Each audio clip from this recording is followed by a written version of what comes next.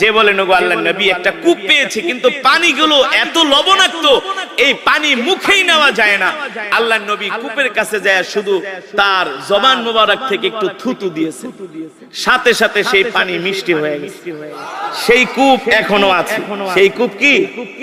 সেই কূপ এখনো আছে। আল্লাহু আকবার।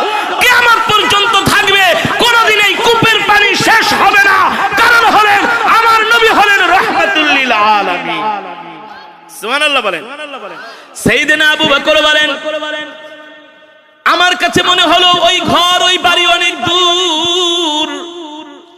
সিরাতে মুস্তাফার মধ্যে এসে, তাফসীর ইবনে কাসিরের মধ্যে এসে, সিরাত ইবনে হিশামের মধ্যে এসেছে।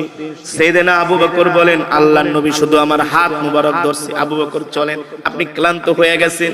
আমার কাছে মনে হলো এক পলকের মধ্যে আমরা বাড়ির সামনে যায় হাজির হয়ে গেছি।